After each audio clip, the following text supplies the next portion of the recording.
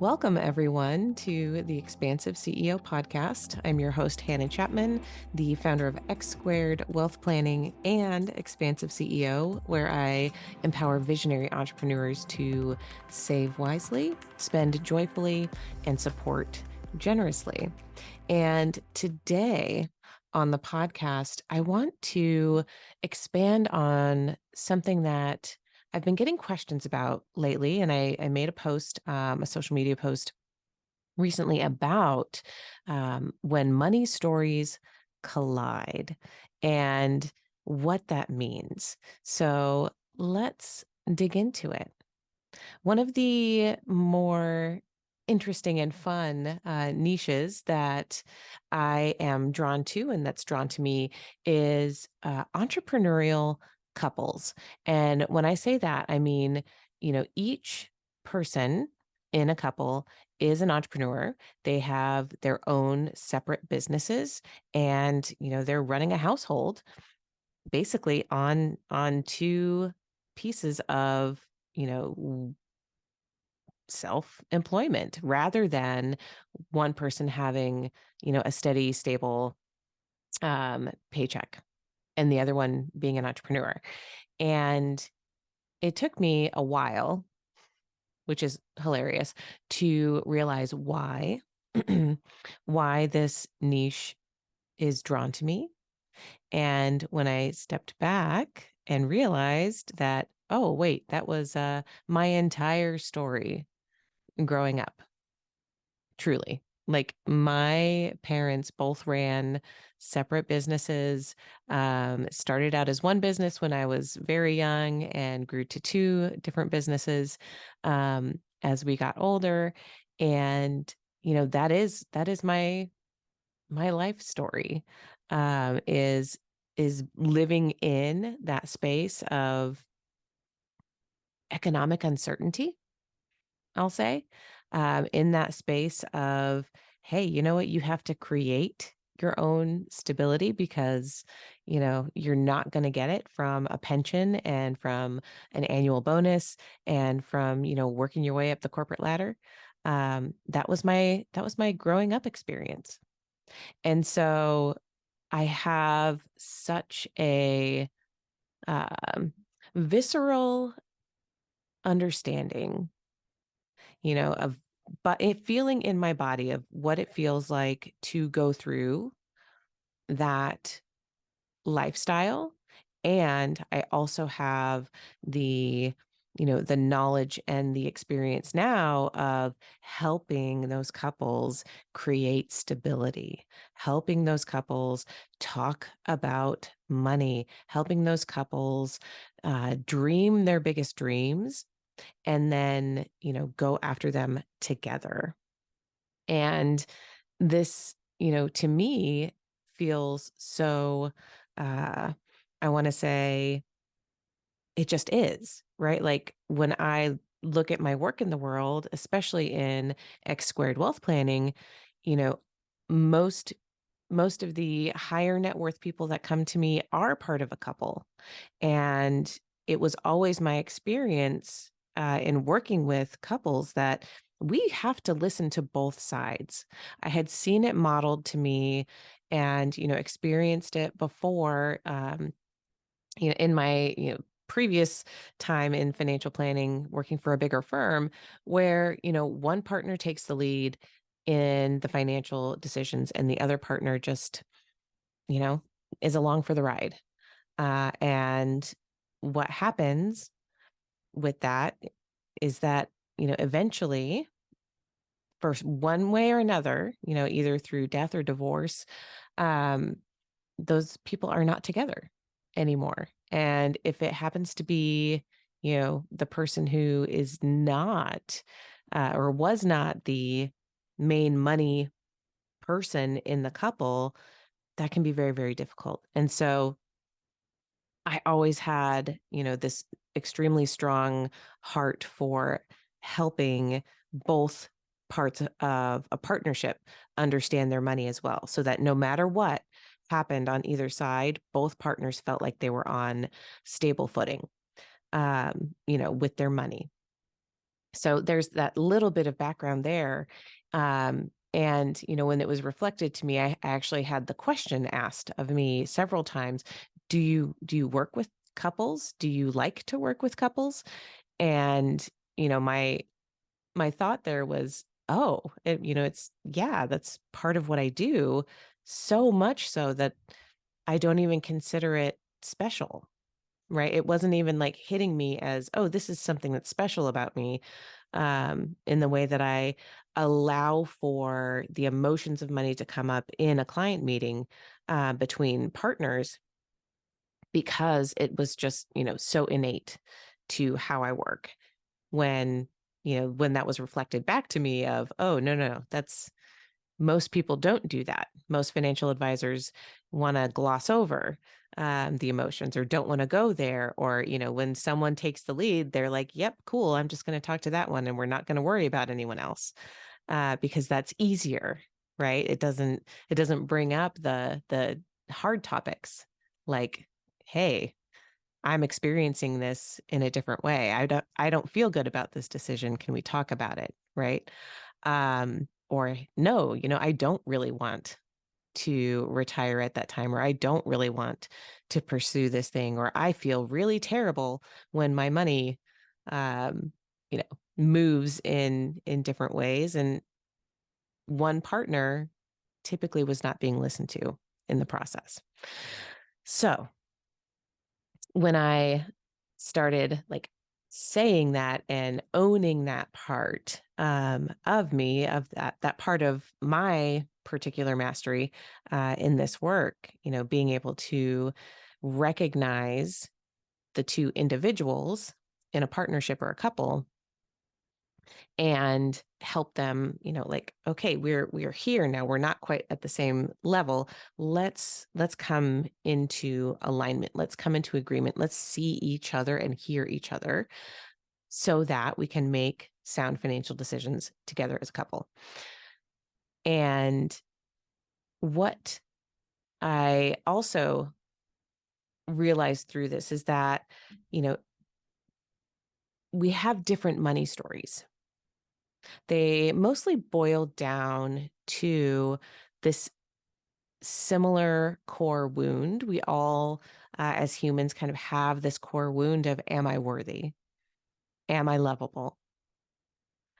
And, our money stories can come up in different ways, within that framework. And it can also come up between two people who have had very different upbringings. So that's what I want to dive into next. So imagine that you grew up in one of two ways, right? Here, I'll lay out the framework. Most people either grew up in a household where there are two sides. Money was very scarce, and they didn't feel that there was enough, and there maybe wasn't enough. And, there maybe were times where you barely had enough money for food. In my family growing up, um, especially in that, 0 to 7, age 0 to 7 range, where we're really taking in all the information from our environment and just taking it as fact, like, oh, this is how the world works, right? This is how my world works. So this is how the world works, is that, 0 to 7 imprinting, onto our, subconscious. And for me, in that portion of my life, money was very scarce. I remember my dad working 3 jobs, including the business. So he was, starting the repaint business, where they would repaint residential homes, the inside, the outside, some bigger jobs. Like, we were from Phoenix, Arizona area. So, a lot of the communities there have, like, a wall around the community, that needed maintenance and repair and painting. So he would paint a lot of those big projects, but very, very hard work. And it was taking a long time for it to actually get off the ground. So he also worked as a taxi driver and a pizza delivery guy, in the evenings after working all day. painting and trying to drum up business. I also have 3 brothers, so there were 4 kids in the house, and my mom uh, was extremely busy raising 4 kids, doing almost all of the childcare. Think about default parent. She was absolutely the default parent, um, and really took on a lot of that. Plus, she would also work in the evening sometimes, and she would also help with the painting business while we were very little. And there were times where we were on food stamps. There were times where, all of my new clothing would come from, having it just be gifted to me from, someone else giving away clothes. So not even like thrift store. That was also, we would either go to the thrift store or like clothes would just be donated. Um, and, my mom would make some clothes, and she was very creative, very resourceful for sure.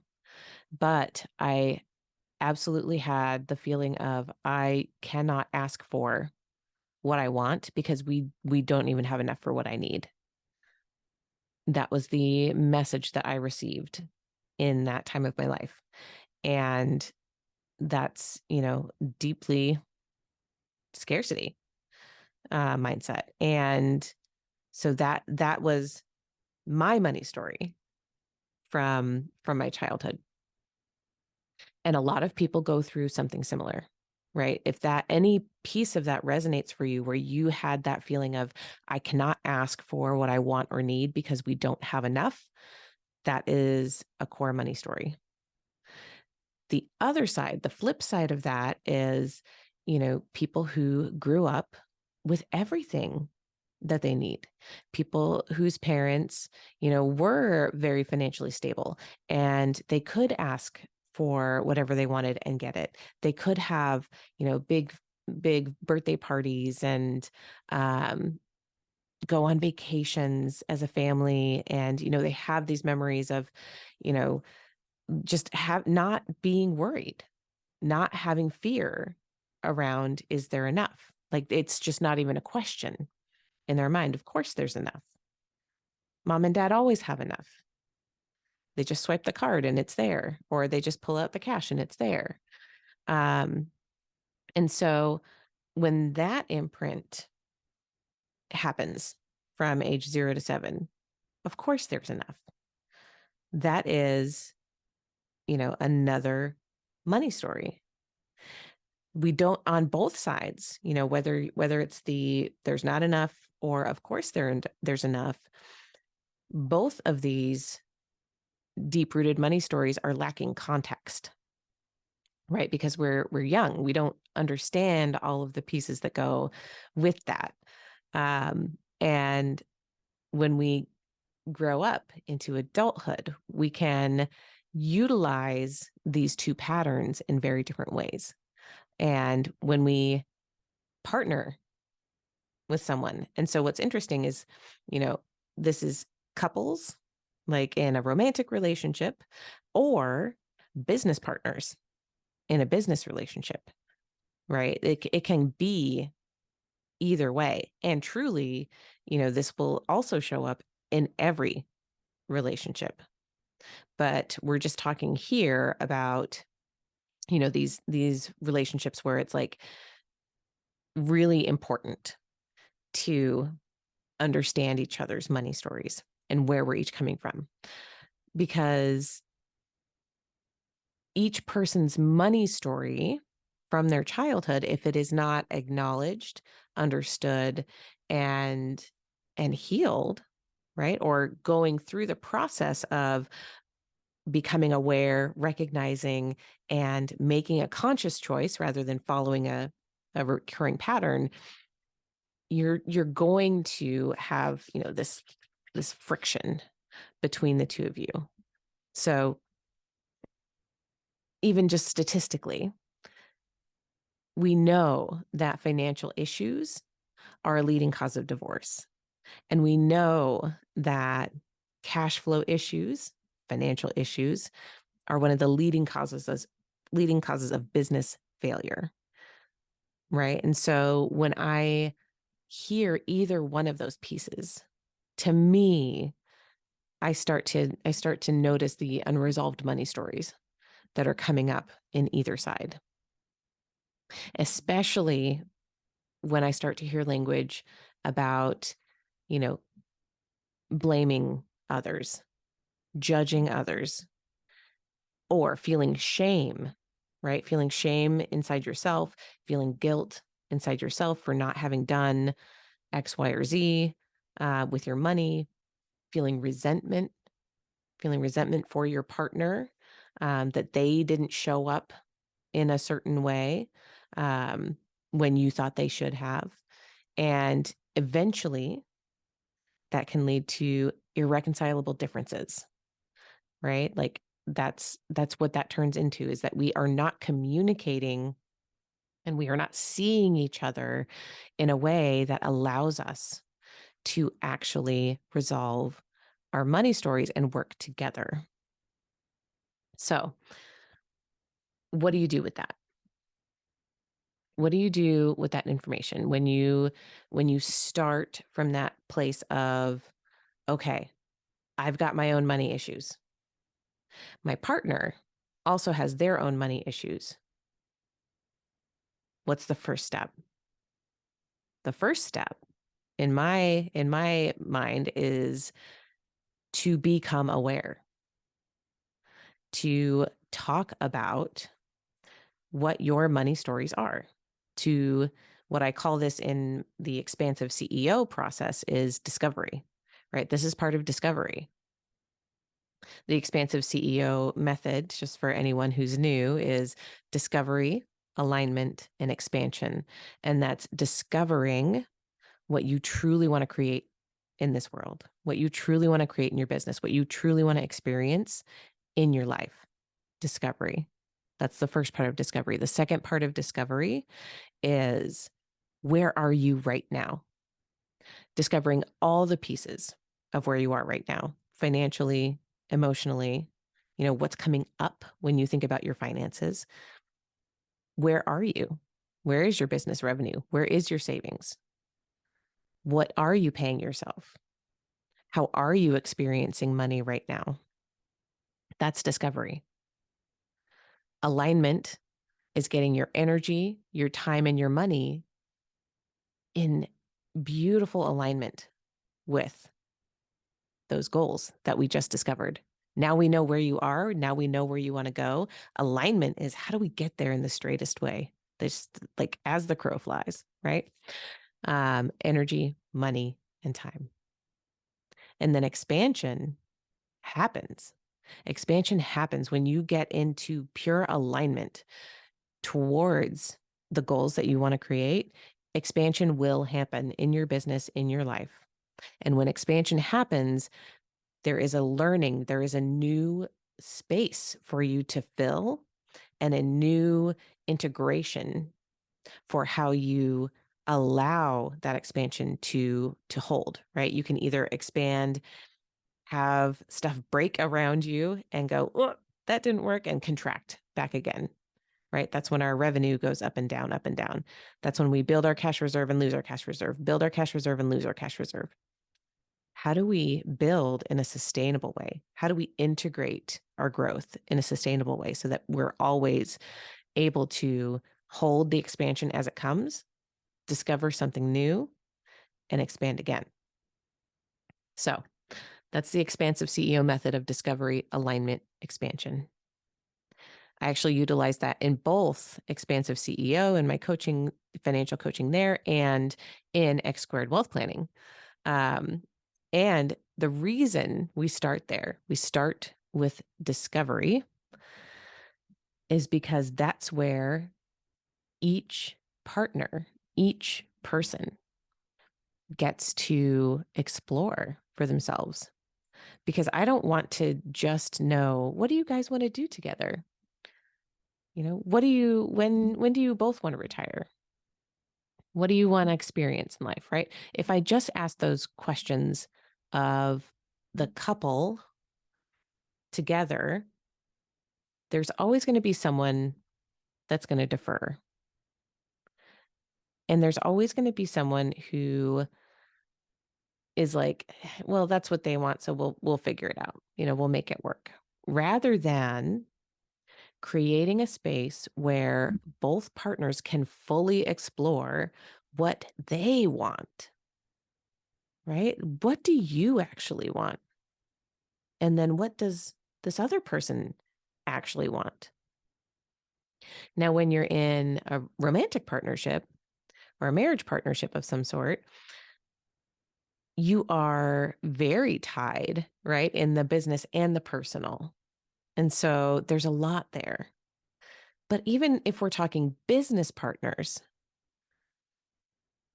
what you each want for the business is so important. We have to have a very clear understanding of what each of you wants to create.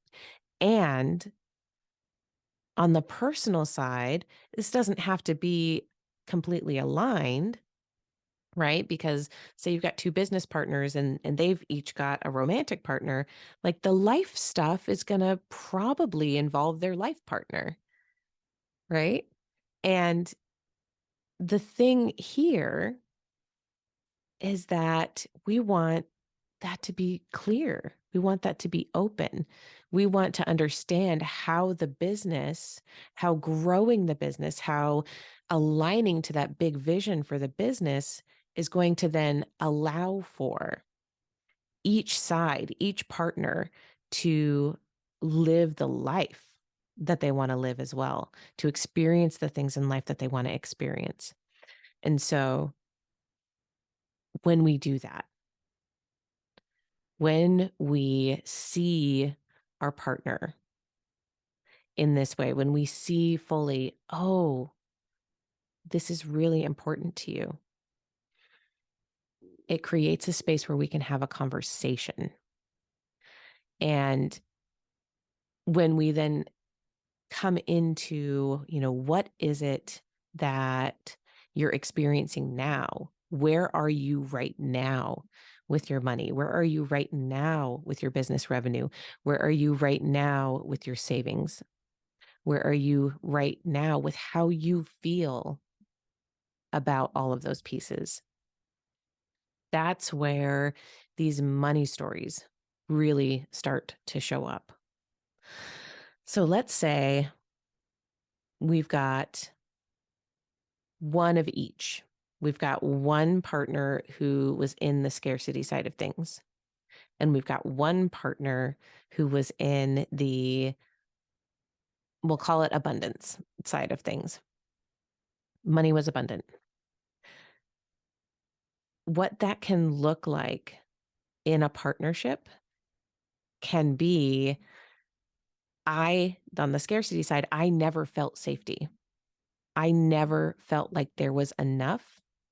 And so I need to know how there's going to be enough because I feel unsafe. I feel unsafe with our money when I don't know exactly where it is.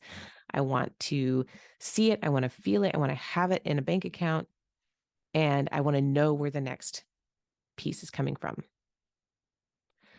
On the other side, if you've got the, abundance-minded partner who also didn't ever have to create the stability for themselves, right? This is where, having that abundance mindset in childhood, this can lead to not being grounded in it's not that you're not grounded in reality necessarily, but you don't necessarily have the tools to create the stability that you experienced because it was just there. So what this looks like in business is someone who is always optimistic that it's going to work out. And sure, it usually does, right? Like a lot of times just that energy of like, this is going to work out, that optimism is a superpower. It's extremely important. And what it does, if you don't back it up with tangible, actionable stability, that's when it gets, you're experiencing these highs and lows and these highs and lows and these highs and lows. It's the inability to hold on to what's coming through. So the scarcity partner is experiencing the highs and lows and just like sick to their stomach. And the abundance partner is like, yeah, this is the ride. We're fine. This is going to be great. And so you can hopefully see and feel how that plays out, right? So what do we need to do then? What do we need to do in conversation? We need to acknowledge, we need to hear and acknowledge the other person's perspective, hear and acknowledge both sides, and then come to a place where both partners are honored. And what that looks like, what the fun part for me as the person who gets to, have the bird's eye view and to see things from the broader perspective, the answer is usually the same. It's just that each partner has been holding on to a different money story that's blocking their view of the answer. The answer is typically to have safety in a cash reserve, to have a cushion, right, that actually stabilizes your income, so that, in entrepreneurship, there will always be ebbs and flows. That is the nature of being a business owner, right? You are the one absorbing, you're the shock absorber. And so, when you are, you're paying your employees, you're going to keep paying your employees. You're going to keep paying your contractors. You're going to keep paying your bills because you are responsible.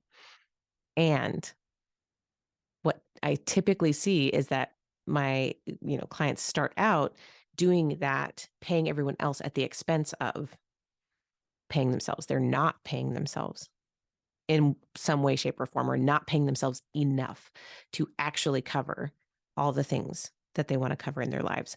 And so whether you're in the scarcity side or the abundance side, in the money story, like the deep down money story category, the answer is to build yourself that shock absorber, so that no matter what's happening in the business, no matter what's happening in the economy, you are able to pay everything that you need to pay on a monthly basis.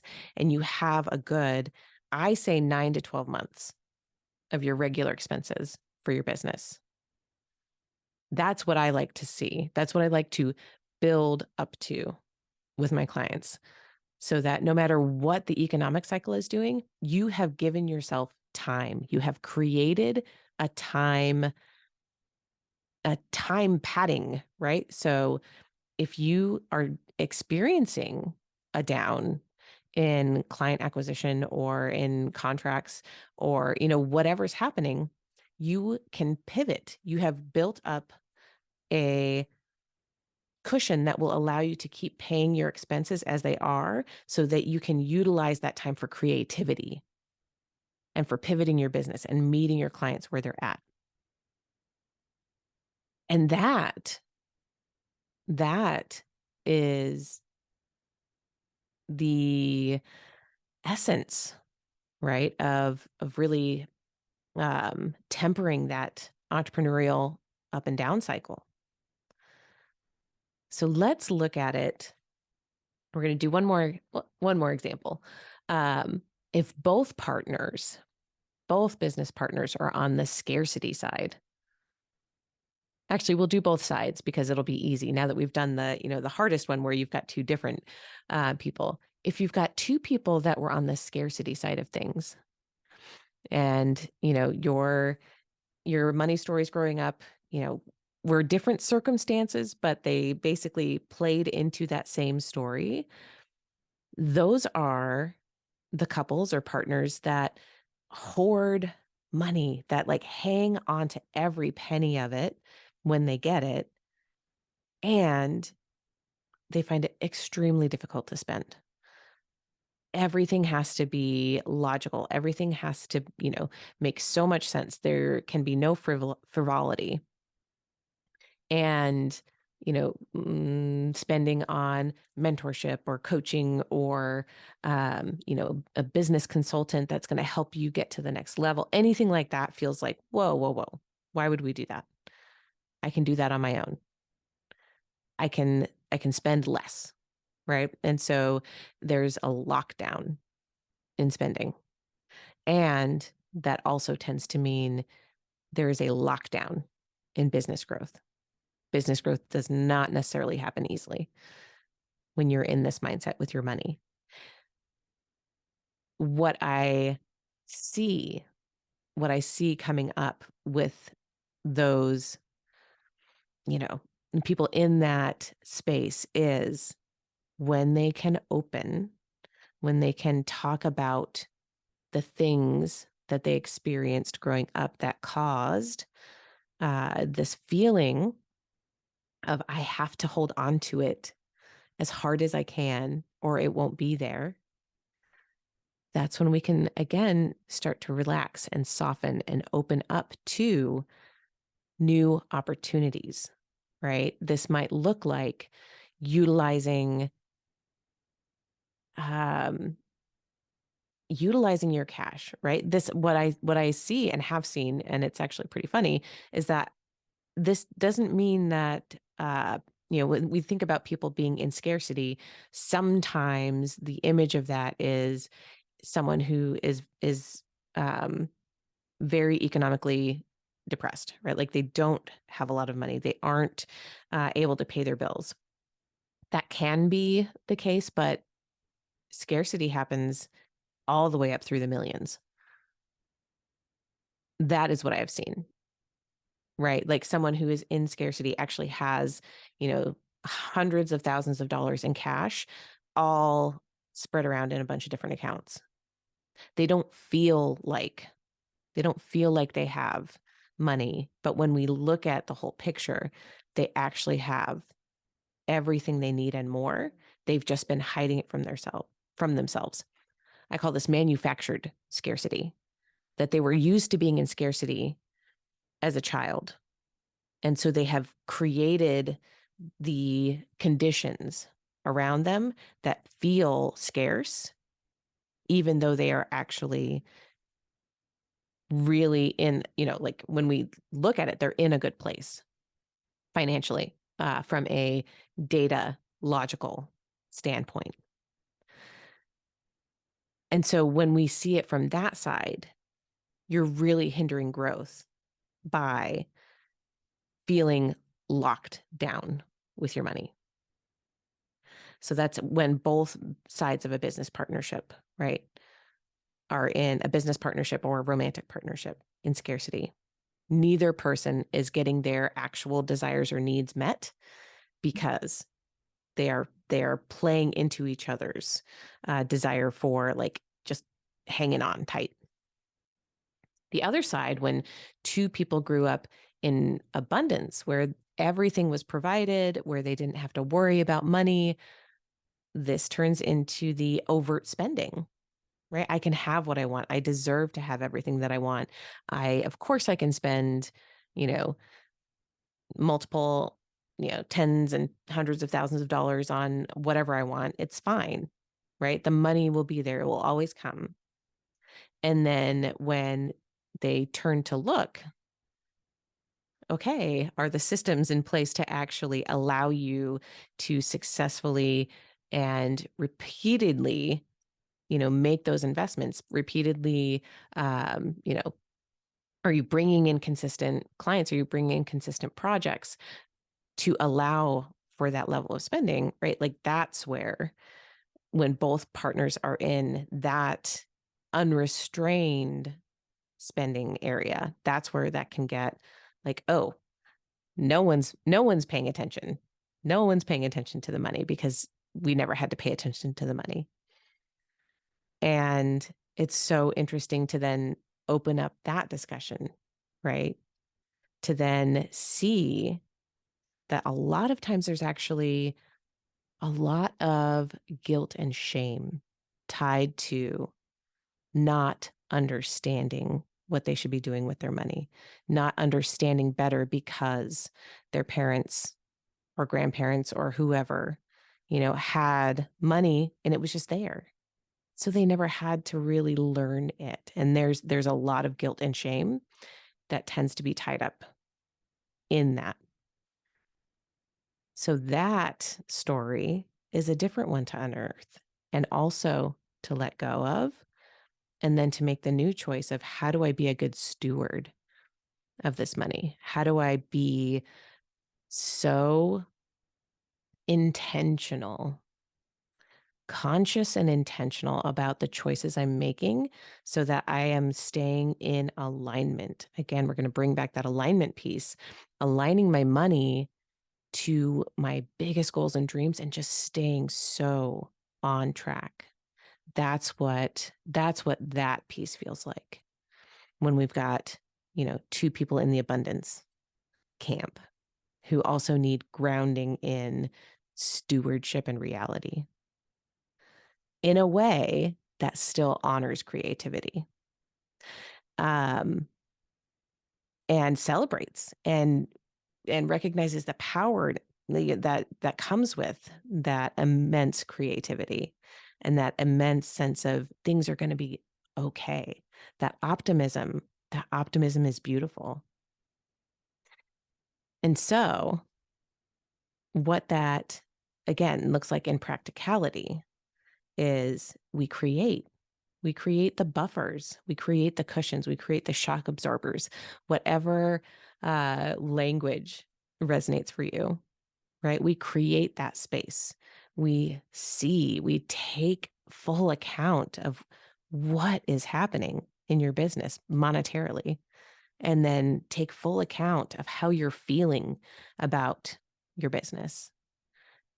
And then we can make a beautiful plan, a beautiful roadmap to actually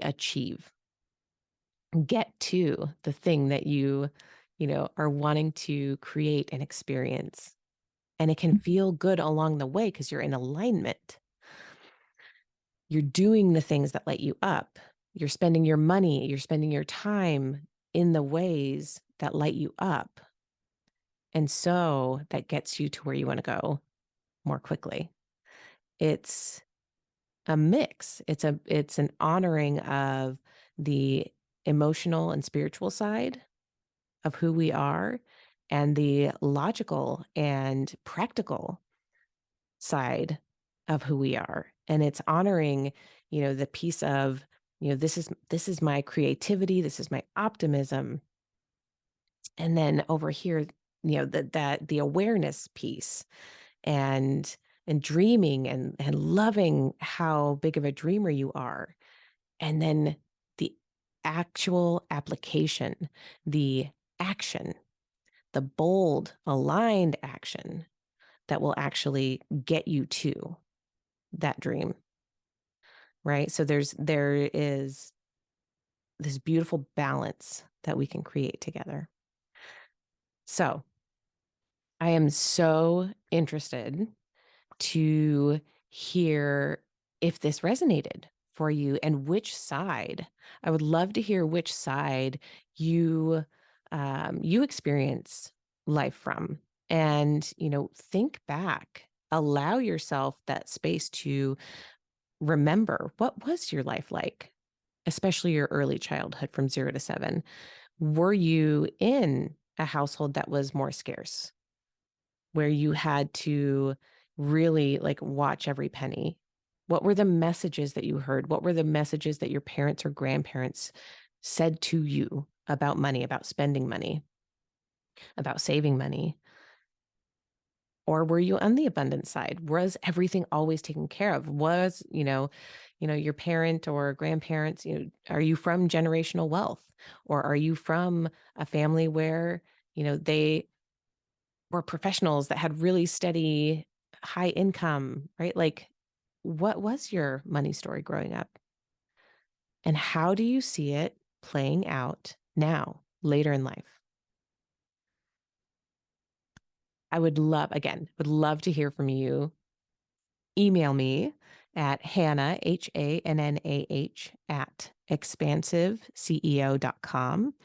And let me know what resonated from you from this episode. And if you want to know how to apply this method, the expansive CEO method, in your life, in your business, message me. This is what I'm here for. This is how I help people. And if you're ready for the full, I want the investment management, I want the full comprehensive financial plan, that's X squared wealth planning. I can help you there too. I hope this was illuminating for you. I love, love, love talking about money stories and how it impacts us and how we move through them to create beautiful wealth in our lives. And yeah, we're going to keep moving along. Have an awesome week, and I will talk to you soon. That's it for this episode. Thanks for listening, and be sure to like and subscribe. And again, if anything resonated with you from this episode, I would love to hear from you. Email me at Hannah, HANNAH, at expansiveceo.com and tell me about it. And if you're ready for your greatest expansion, you can find ways to work with me at expansiveceo.com and at x2wealthplanning.com. That's X, the numeral 2, wealthplanning.com. So until next time, remember that there is enough. You are enough. And your birthright in this lifetime is to be expansive.